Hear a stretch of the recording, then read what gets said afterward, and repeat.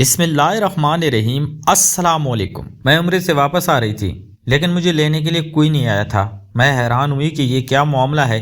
خیر میں اپنے کچھ رشتہ داروں کے ساتھ گئی تھی تو انہوں نے مجھے میرے گھر چھوڑ دیا۔ گھر میں داخل ہوئی تو اندر سے عجیب و غریب قسم کی آوازیں آ رہی ہیں۔ میرا پوتا میرے پاس بھاگتے ہوئے آیا اور کہنے لگا ابا آ گئے، ابا آ گئے۔ اسے دیکھ کر میری آنکھوں میں آنسو آ گئے کیونکہ اس کا باپ تو اب اس دنیا میں نہیں تھا، پر وہ بار بار کہہ رہا تھا دادی ابا آ گئے، ابا آ گئے۔ میں نے کہا بیٹا تیرا باپ اب کبھی نہیں آئے گا۔ اتنا کہہ کر میں اسے اپنے سینے سے لگائے گھر کے اندر داخل ہوئی تو سامنے میری بہو بھی بیٹی تھی جو ابھی عدت میں ہی تھی، پر اسے دیکھ کر حیران رہ گئی کیونکہ اس نے لال رنگ کا جوڑا پہن رکھا تھا اور ایسے تیار ہوئی تھی کہ جیسے سہاگن ہو۔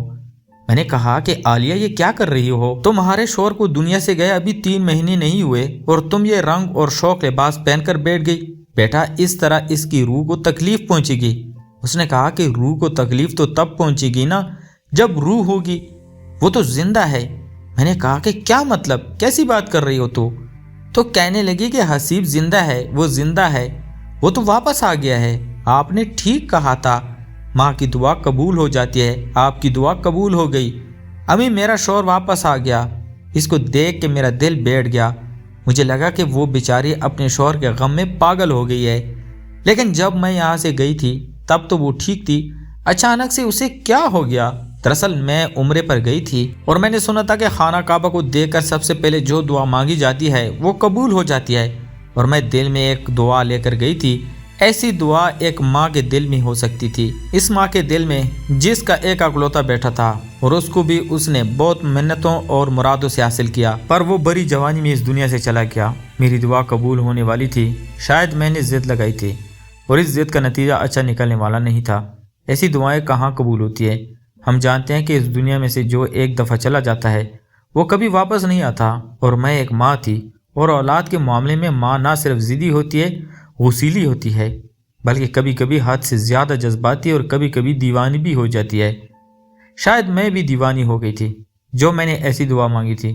میں یہ سوچ کر گئی تھی کہ خانہ کعبہ پر نظر پڑتی ہی میں اللہ سے اپنے بیٹے کو واپس مانگ لوں گی۔ اللہ سے کہوں گی کہ مجھے میرا حسیب واپس کر دے، میرا جوان جہاں بیٹا مجھے واپس دے دے۔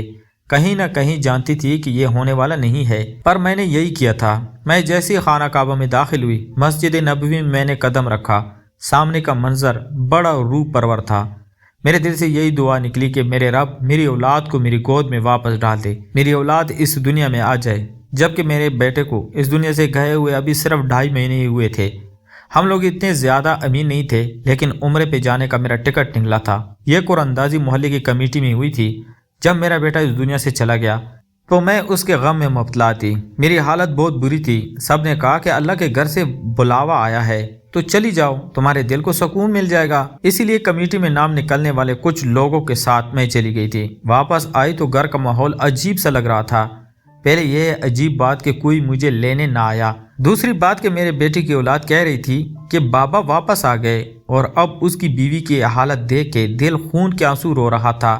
کیسے سمجھاتی میں اس کو کہ خدا سے تیرے سواگ کو ہی مانگنی گئی تھی، لیکن یہ بھی جانتی ہوں کہ وہ کبھی واپس نہیں آئے گا۔ میں آگے بڑھی تو میرا بھائی پاگلوں کی طرح بھاگتے ہوئے میرے پاس آیا اور میرے بیٹے کے کمرے کی طرف اشارہ کرنے لگا۔ دراصل یہ میرا ایسا بھائی تھا جس کی شادی نہیں ہوئی تھی، کیونکہ یہ بول نہیں سکتا تھا۔ ہم سب بہن بھائیوں میں سے سب سے چھوٹا تھا اور میرے شوہر کے جانے کے بعد میرے گھر میں ہی رہتا تھا۔ بیچارہ بول نہیں سکتا تھا، لیکن کہتے ہیں نا کہ گھر میں تو مرد کا جوتا بھی کافی ہوتا ہے، بس یہی ہمارے گھر کا مرد تھا۔ میرے بیٹے کے جانے کے بعد ہمیں اسی کا سہارا تھا۔ وہ عجیب و غریب اشارے کر رہا تھا، اس کی آنکھوں میں ڈر تھا، پتہ نہیں کیا کہنا چاہتا تھا، بول نہیں سکتا تھا، لیکن مجھے اس کے اشاروں کی سمجھ آئی تھی۔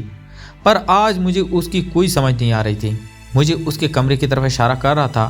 میں ادھر جانے لگی تو اس نے مجھے روک دیا اور کہا کہ نہیں، ادھر نہیں جاؤ، ادھر نہیں جاؤ۔ بولتا نہیں تھا پر اس کے اشارے ہی اس کی زبان تھی۔ پتہ نہیں اس کمرے میں ایسا کیا تھا کہ سب لوگ مجھے وہاں جانے سے روک رہے تھے۔ جب میں کمرے کے اندر داخل ہوئی تو میرے قدموں تلے سے زمین نکل گئی۔ کیا یہ ممکن تھا؟ کیا میں کوئی خواب دیکھ رہی تھی؟ لیکن یہ خواب نہیں، حقیقت تھی، کیونکہ میرے سامنے میرا ہی۔ مجھے اپنے بیٹے سے بہت محبت تھی۔ میرا ایک ہی بیٹا تھا، جوان، خوبصورت، لیکن وقت نے اس کے ساتھ بہت برا کیا۔ کہ اسے اچانک سے ہی ایک بری بیماری ہو گئی جس میں اس کا آدھا وجود بے جان ہو کر آ گیا۔ ہمیں پتہ نہیں تھا کہ اس بیماری کا علاج کیا تھا، وجہ کیا تھی۔ ڈاکٹر کے پاس لے کر گئے، انہوں نے کہا کہ لاکھوں لوگوں میں سے کسی ایک کو یہ بیماری ہو جاتی ہے، اور کب ہوا اور کب ٹھیک ہو جائے اس کا کچھ پتہ نہیں چلتا۔ میرے بیٹے کی یہ بیماری اس کی شادی سے 2 ہفتے پہلے ہوئی تھی، اور شادی میں صرف 2 ہفتے رہ گئے تھے۔ جب اس کی بیوی کے بارے میں سوچتی تھی تو پریشان ہو جاتی تھی کہ اس کو یہ بات پتہ چلے گی تو وہ کیا کہے گی، کیونکہ نکاح تو ہم لوگ پہلے ہی کروا چکے تھے اور اب رخصتی رہ گئی تھی، تو وہ میرے بیٹے کی بیوی ہی تھی، لیکن وہ ایک بہت اچھی خاتون تھی۔ جب اس کو یہ بتایا تو اس نے کہا کہ یہ تو میرا شوہر ہے، اور اس کی جو بھی بیماری ہے مجھے اس بیماری کے ساتھ قبول ہے، کیونکہ ہم دونوں ایک دوسرے کے نکاح میں چلے گئے ہیں، اور اب آخری سانس تک میرا فرض ہے کہ میں اس کا ساتھ نبھاؤں۔ مجھے میری بہو کی یہ سوچ بہت اچھی لگی، اور اس بیماری کے ساتھ ہی ہم لوگ اپنی بہو کو رخصتی کروا کر لے آئے۔ لیکن پتہ نہیں اب ان کی زندگی کیسے گزرنے والی تھی۔ میرا بیٹا بہت بہادر اور بہت ثابت قدم تھا۔ اس نے کہا کہ امی میں ٹھیک ہو جاؤں گا، مجھے پتہ ہے میں نے ایک دن ٹھیک ہونا ہے، لیکن اس طرح 1 سال گزر گیا۔ ہم سب تو امید ہی ہار بیٹھے تھے، اور پھر اللہ نے بڑا کرم کیا کہ میرا بیٹا آہستہ آہستہ ٹھیک ہونے لگا۔ اور اب اس نے ایسی بات کہی کہ میں حیران رہ گئی۔ اس نے کہا کہ امی مجھے جہاد پہ جانا ہے۔ میں نے کہا کہ جہاد کہاں ہو رہا ہے؟ جہاد تو اس نے کہا کہ اس دنیا میں ہو رہا ہے، بہت سی جگہ ہو رہا ہے، میں جانا چاہتا ہوں، مجھے میں نے کہا کہ تم میرے اکلوتے بیٹے ہو، میں تمہیں نہیں بیچ سکتی، اگر تمہیں کچھ ہو گیا تو پھر ہم لوگ کیا کریں گے؟ اس نے کہا کہ امی اللہ اپنے خاص بندوں سے ہی قربانی مانگتا ہے، مجھے کچھ نہیں ہوگا، یہ ضروری تو نہیں کہ مجھے کچھ ہو جائے، لیکن میں زندگی میں کچھ کرنا چاہتا ہوں۔ میں نے اس زندگی میں بہت کچھ دیکھا ہے، میں اور تجربہ حاصل کرنا چاہتا ہوں، آپ مجھے جانے دیں۔ میں اسے نہیں بیچنا چاہتی تھی تو وہ چوری چوری چلا گیا۔ اس دوران اس کی بیوی کے ہاں اولاد بھی ہونے والی تھی، لیکن اس نے کسی کی نہیں سنی۔ وہ بھی پریشان ہوئی کہ امی پتہ نہیں کیوں اچانک سے ہی پلان بنا کے بیٹھ گیا، اور کہاں چلے گئے ہیں کچھ پتہ نہیں ہے۔ میرا بیٹا 2 دن سے گیا ہوا تھا، لیکن پھر اس نے فون کیا اور کہا کہ جس جگہ میں نے پہنچنا تھا میں پہنچ گیا۔ اللہ کا شکر ہے آپ لوگ پریشان نہیں ہوں، میں بالکل ٹھیک ہوں۔ اور اب وہ ہفتے میں 1 دفعہ فون تو کر دیتا تھا، لیکن ہمیں اس کی بہت یاد آتی تھی۔ ہر ماں کو ہی اپنی اولاد سے محبت ہوتی ہے، لیکن مجھے اپنے بیٹے سے زیادہ ہی محبت تھی، کیونکہ مجھے پتا تھا کہ اس کے علاوہ میری زندگی میں اور تھا ہی کیا۔ وہ میری جان ہے، میرا بیٹا ہے، میرا ایک ایسا رشتہ جو میرا اپنا ہے، میرا سگا، میرا خونی رشتہ۔ میرا شوہر بھی اس دنیا میں نہیں تھا، میرے ماں باپ بھی جا چکے تھے، میرے بہن بھائی سب اپنی زندگیوں میں مصروف ہو کر مجھے بھول چکے تھے، کبھی فون بھی نہیں کرتے تھے۔ ان کے ساتھ تو معاملہ ایسا ہو گیا تھا کہ کہتے ہیں کہ کوئی آپ کے خوشی میں نہ آئے تو غم میں تو آ جائے، لیکن وہ لوگ ایسے ہو گئے تھے کہ انہوں نے خوشی میں بھی نہیں آنا تھا اور غم میں بھی نہیں آنا تھا، اپنی زندگیوں میں مصروف تھے۔ بیٹے کی بہت یاد آتی تھی، دن رات اس کے بارے میں سوچتی رہتی تھی۔ اس کی بیوی بھی ایسی تھی، اسے بھی اپنے شوہر سے بہت محبت تھی۔ اللہ نے اس کو بیٹے سے نوازا، لیکن میرا بیٹا اس ٹائم بھی نہیں آ پایا۔ مجھے یہ بات اچھی نہیں لگی۔ عورت جب اتنی تکلیف میں ہوتی ہے تو وہ یہ سوچتی ہے کہ اس کے شوہر اس کے پاس ہونا چاہیے، کم سے کم اسے آ جانا چاہیے تھا، پر وہ نہیں آیا، اور اب وہ فون بھی نہیں اٹھا رہا تھا۔ ہم سب بڑے پریشان تھے کہ معاملہ کیا ہے۔ اسی طرح 1 مہینہ گزر گیا، لیکن اس کا فون تک نہیں آیا۔ ہمارے پاس صرف ایک ہی نمبر تھا، ہم بار بار اس نمبر پر فون کرتے تھے۔ میں دن میں 100-150 دفعہ کال کر لیا کرتی تھی۔ بیٹتی یہی کرتی رہتی تھی کہ کبھی تو اٹھا لے گا۔ بیل تو جاتی تھی، لیکن کوئی فون نہیں اٹھا رہا تھا۔ 2-3 دن کے بعد فون پاور آف آنے لگا کہ جیسے کسی نے فون بند کر دیا۔ اب ہمارے پاس کوئی راستہ نہیں تھا، اور کہاں گیا تھا اس نے کبھی نہیں بتایا تھا۔ اسی طرح 3 مہینے گزر گئے ہیں۔ 3 مہینے مجھ پہ بڑے بھاری تھے، لیکن پھر 3 مہینے کے بعد ایک شخص کا فون آیا اور اس نے کہا کہ آپ کا بیٹا شہید ہو گیا ہے، اور ہم بہت مجبور ہیں، بس آپ کو یہ خبر ہی سنا سکتے ہیں، اور ہمارے پاس کچھ بھی نہیں ہے۔ یہ خبر ہمارے گھر میں قیامت بن کے گری تھی۔ میرے بیٹی کی بیوی، میں، ہم لوگ غم سے نڈھال ہو گئے تھے، بہت روئے، بہت تڑپے۔ بس اس دن سے میں نے دل میں یہ دکھ بٹھا لیا تھا، اور میں چاہتی تھی کہ میرا بیٹا واپس آ جائے۔ میں نے اسے واپس پانے کے لیے کیا کچھ نہیں کیا۔ ایک دفعہ تو میں ایک شخص کے پاس چلی گئی جو کہ ایک عامل تھا۔ میں نے کہا کہ کچھ لوگ مرنے کے بعد واپس بھی آ جاتے ہیں، جن کو روح اور بھوت کہتے ہیں۔ کیا ایسا ہو سکتا ہے کہ میں اپنے بیٹے کی روح سے بات کر سکوں، اس سے پوچھ سکوں کہ اس کے ساتھ کیا ہوا تھا، کیا وہ تکلیف میں تھا، کہاں چلا گیا تھا، ہم سے ملنے کیوں نہیں آیا؟ اس نے میری مجبوری کا فائدہ اٹھا کے مجھ سے کچھ پیسے بھی لیے اور الٹے سیدھے عمل کرنے کے لیے کہا۔ اس نے کہا کہ آپ کو بیٹا آپ کا خواب میں آ جائے گا، لیکن میرا بیٹا مجھے خواب میں نہیں آیا۔ میں روز اس کے بارے میں سوچتی تھی، اللہ سے دعا کرتی تھی، اور کچھ نہیں تو مجھے خواب میں ہی آ کے مل جا، بے چین ماں کو سکون آ جائے گا، لیکن وہ میرے خواب میں بھی نہیں آتا تھا۔ بس پھر بہت پریشان ہو کر میں اللہ کا گھر دیکھنے کے لیے چلی گئی، اور وہاں جا کر میں نے جیسے مسجد نبوی میں قدم رکھا اور سامنے میری نظر پڑی، میں نے یہ دعا مانگی کہ میرے رب مجھے میرا کھویا ہوا بیٹا واپس کر دے۔ میرا بیٹا کھویا نہیں تھا، وہ اس دنیا سے چلا گیا تھا، پھر بھی میں نے یہ دعا مانگی، مجھے میرا بیٹا واپس کر دے، کیونکہ کہتے ہیں کہ جیسے ہی آپ خانہ کعبہ کی طرف دیکھتے ہیں اور جو بھی دعا مانگتے ہیں وہ دعا پوری ہو جاتی ہے۔ لوگوں نے اس بارے میں ایسی کہانیاں سنائی کہ لوگ حیران رہ گئے ہیں۔ ایسا ہوتا ہے کہ پہلی دعا کبھی خالی نہیں جاتی، لیکن یہ بھی تو اللہ کا وعدہ ہے، جو کہ ایک دفعہ مر جائے وہ واپس نہیں آتا۔ پھر بھی میں نے اللہ سے یہ دعا مانگی تھی، اور اب جب میں گھر کے اندر داخل ہوئی اور میں نے اس کے کمرے کے اندر کا منظر دیکھا تو حیران رہ گئی۔ میری آنکھیں دھندلانے لگی، میری آنکھوں کے آگے اندھیرا آ گیا اور میں بے ہوش ہو گئی۔ جب مجھے ہوش آیا تو میں نے کہا کہ وہ میں بولنے لگی تو میری بہو نے میرے کندھے پر ہاتھ رکھا اور اس نے کہا کہ امی آپ ٹھیک تو ہیں؟ میں نے کہا کہ ہاں میں ٹھیک ہوں، لیکن میرا بیٹا۔ اس کے بعد میں پھر سے بے ہوش ہو گئی۔ مجھے یہی یاد ہے کہ میں نے اسپتال میں کتنے دن گزارے تھے، شاید 2 یا 3 دن گزارے تھے، لیکن اسپتال میں پتہ نہیں چلتا کہ وقت کیسا گزر رہا ہے، نہ دن کا پتہ چلتا ہے نہ رات کا۔ جب گھر میں آئی تو مجھے میرے کمرے میں لے کر چلے گئے۔ میں بستر پہ نیم دراز تھی، میرا پوتا بھی میرے پاس بیٹھا تھا اور میری بہو بھی۔ میں نے اپنی بہو کو دیکھا تو میں تھوڑی حیران ہوئی، اس نے چہرے پر میک اپ لگا رکھا تھا، لیکن وہ تو ایک بیوہ تھی اور میرے بیٹے کو گئے ابھی 4 مہینے بھی نہیں ہوئے تھے۔ میں اس سے پوچھنا چاہتی تھی کہ اس نے میک اپ کیوں کیا ہے، کس کے لیے سجتی سورتی پھر رہی ہے۔ آج تو اس نے ذرا شوخ رنگ کے کپڑے بھی پہنے تھے، لیکن میں اس سے سوال نہ کر سکی، مجھے میری طبیعت اس کی اجازت نہیں دے رہی تھی۔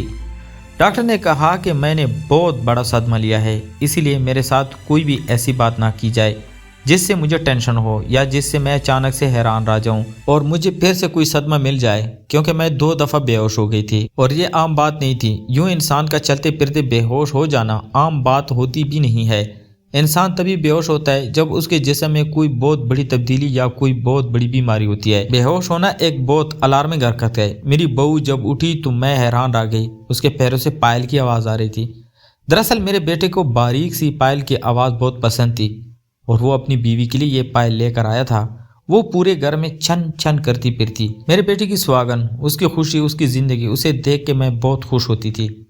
وہ تھی بھی بہت خوبصورت۔ جب میرا بیٹا اس دنیا سے چلا گیا تو اس نے پائل اتار دی تھی، پر آج وہ یہ پائل پہن کر کیوں پھر رہی تھی؟ اب مجھے اس پہ غصہ آنے لگا تھا کہ یہ کس قسم کی حرکتیں کر رہی ہے۔ بھول گئی میرے بیٹے کو، اس کی محبت کو، اس کی بیوہ نہیں بنے گی، اس کے غم میں آنسو نہیں بہائے گی۔ کہتے ہیں کہ اگر بیوہ اپنے شوہر کے لیے بیوگی کاٹتی ہے تو اس کے شوہر کو آخرت میں زیادہ سوالات سے رعایت مل جاتی ہے اور اس عورت کے نصیب سے وہ دونوں جنت میں جاتے ہیں۔ لیکن یہ کیا ہے؟ یہ تو سب کچھ بھول بال کے سجی ہوئی پھر رہی تھی۔ اب مجھے غصہ آنے لگا۔ وہ کہنے لگی امی آپ نے کچھ دن سے ٹھیک نہیں کھایا، ڈاکٹر نے کہا کہ آپ کھانا کھا سکتی ہیں۔ میں نے اسے جواب نہیں دیا۔ اس نے بھی محسوس کیا کہ شاید میں ناراض ہو گئی ہوں۔ تھوڑی دیر کے بعد وہ کھانا سجا کے لے آئی تو مجھے اور غصہ آنے لگا۔ یہ سارا کھانا تو حسیب کی پسند کا تھا۔ میں نے سب کو کہہ دیا تھا کہ اس گھر میں حسیب کی پسند کا کھانا نہیں بنے گا، اس کے بغیر ہم اس کی پسند کا کھانا کیسے کھا سکتے تھے؟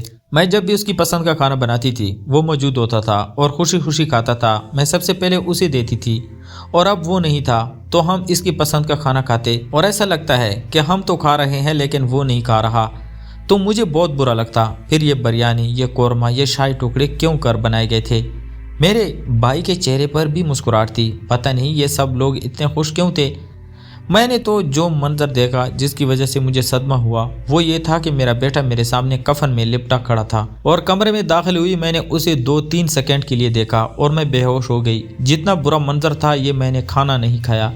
میں نے کہا کہ مجھے یہ کھانا نہیں کھانا۔ دل تو کر رہا تھا کہ ان سب کو ڈانٹ دوں، ان کو کہوں کہ کیا حرکتیں لگا رکھی ہیں، لیکن اتنی ہمت نہیں تھی۔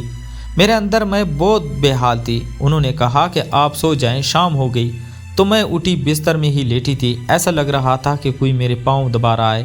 میں نے سوچا کہ یہ میری بہو ہوگی، کیونکہ وہ اتنی بری نہیں تھی، میرے پاؤں دبا دیا کرتی تھی اور میں ویسے بھی بیمار تھی، میں نے اس کی طرف دیکھا نہیں، بس وہ بیٹی میرے پاؤں دبا رہی تھی۔ میں نے کہا کہ اللہ سے بہت دعا مانگی تھی میں نے، لیکن یہ بھی جانتی ہوں کہ ایسی دعا کہاں قبول ہو سکتی ہے، بیٹی کی بہت یاد آتی ہے۔ پر تم تیار ہو کے کیوں پھرتی ہو؟ تجھے کیا ہو گیا ہے؟ تجھے تیار نہیں ہونا چاہیے بیٹا، نہیں تو تیرے شوہر کی روح کو تکلیف پہنچے گی۔ جب وہ بیوہ اس طرح سے تیار ہوتی ہے تو اس کے شوہر کی روح کو بہت تکلیف ہوتی ہے۔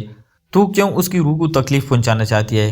تو ایسا نہ کر۔ میں آنکھیں بند کیے رو رہی تھی کہ وہ میرے سر پہ ہاتھ رکھ کے بیٹھی، لیکن کچھ بول نہیں رہی تھی۔ میں نے اچانک سے آنکھیں کھولی تو سامنے کا منظر دیکھ کر حیران رہ جائے۔ ایسا لگا میرے قدموں تلے سے زمین نکل گئی۔